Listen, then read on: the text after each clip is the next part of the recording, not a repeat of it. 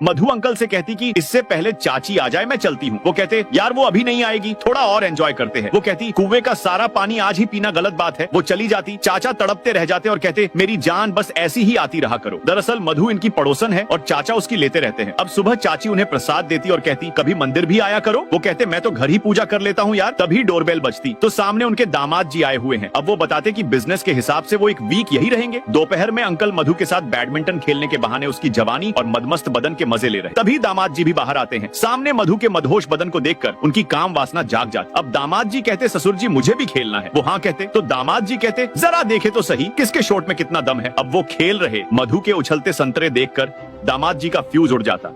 उसका मटकता बदन देखकर वो उसकी लेना चाहते। अब मधु उनको हरा देती तो ससुर जी कहते आपके बस का नहीं है, इसको तो मैं ही हरा सकता हूँ। लेकिन दामाद जी को असली खेल खेलना है, क्या वो खेल पाएंगे? साली जीजा से कहती आपने मुझे बेहोश करके संबंध बना लिया, आपको शर्म नहीं आई? जीजा जी माफी मांगते और कहते मुझे तुमसे प्यार हो गया था। वो कहती बात वो नहीं है, आपने धोखे से मेरी ले ली है, ये गलत हुआ। आप सामने से मुझसे कह देते यार तो मैं खुशी खुशी आपको दे देती, लेकिन बेहोशी में ये आपने अच्छा नहीं किया। अब जीजा जी दिल से माफी मांगते तो उसका दिल पिघल जाता और वो माफ कर देती। दोनों एक दूसरे के क्लोज हो जाते। अब 3 महीनों बाद जीजा जी परेशान खड़े हुए। उनकी वाइफ कहती कि निशा को सुबह से उल्टियां हो रही, प्लीज डॉक्टर से बात करो।